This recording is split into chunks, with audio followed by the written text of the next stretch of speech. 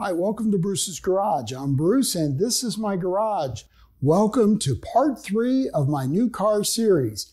Today we're going to be doing the chemical and mechanical decontamination of the Honda CR-V paint before we move on to the polishing step. So I'm going to walk you through all those steps of how to do the decontamination process to prepare for polishing. So come on in the garage and let's have some fun.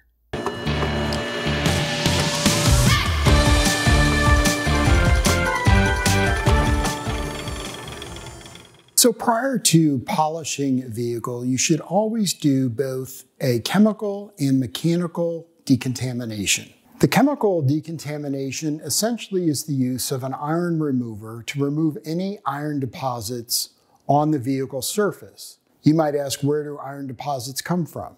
They can come from a number of different sources. The most common, of course, is from brake dust. So you would typically see that around the wheels and around the fenders on low on the vehicle. Second thing is it can also come from transporting a new vehicle.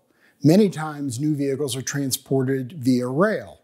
And so there's a lot of iron deposits that occur as that vehicle is being transported to its final destination. Lastly, vehicles can also get contamination from fallout from rain and from industrial pollution, and then rain pushing that fallout down onto the vehicle.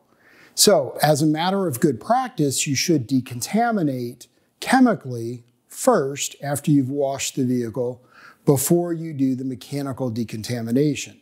That starts to remove, again, any of those iron deposits that are on the vehicle that you can't see necessarily, but that could impact your ability or, in fact, actually mar the surface when you're doing the mechanical decontamination. The mechanical decontamination involves the use of either a clay bar or clay towel. Now, I tend to favor a clay bar. Clay bar can be a little bit rougher on the surface, but if I'm polishing afterwards, I figure let's get the surface really decontaminated. The other thing is that in this case, with a brand new automobile, that when I did the chemical decontamination, I didn't really notice any iron deposits being removed.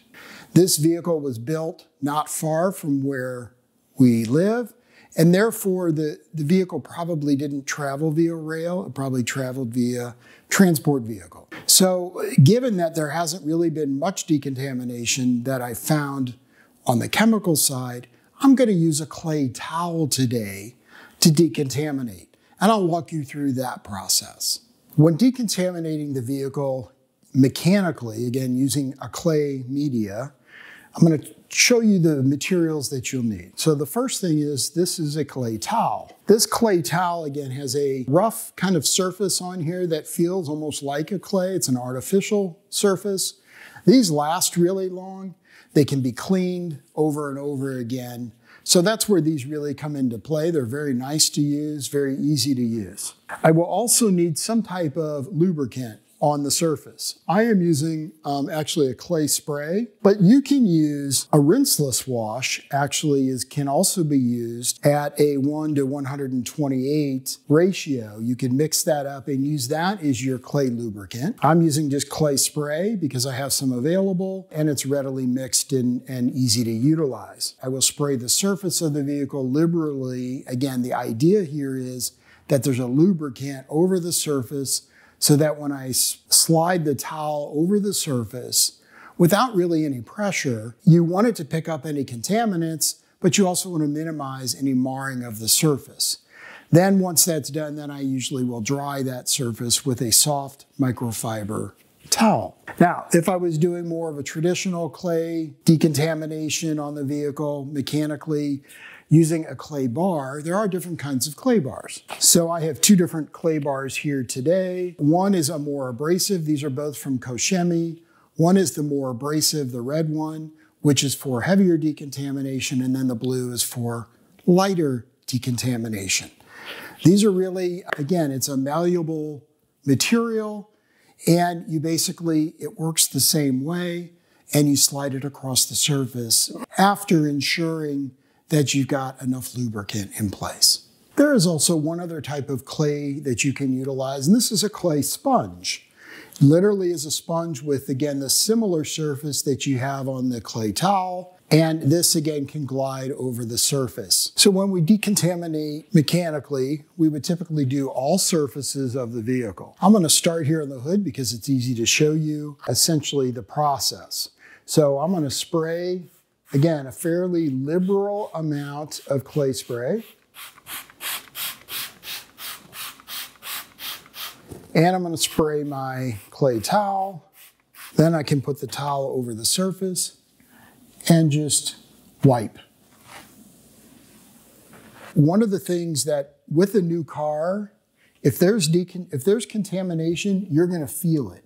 It feels like you're running over small pebbles almost, even though they're not that big or visible.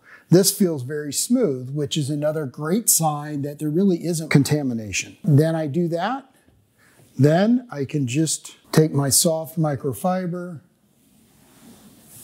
and dry the surface. As a reminder, the purpose of this decontamination process is because if we're going to polish, I don't want to polish with contamination on the surface. That could cause more scratches and marring. In addition, it can impact the adherence of the ceramic coating, which I'm going to put on as an additional step. Well, now you know how to do the chemical and mechanical decontamination step prior to polishing. Our next part in the series will be on the polishing, and we'll walk through all those steps as well before we get on to ceramic coating. So please make sure you subscribe so you don't miss an episode, and I appreciate a thumbs up if this was helpful at all, and I'm looking forward to seeing you on the future episodes. So thanks for coming into the garage today. Have a great day.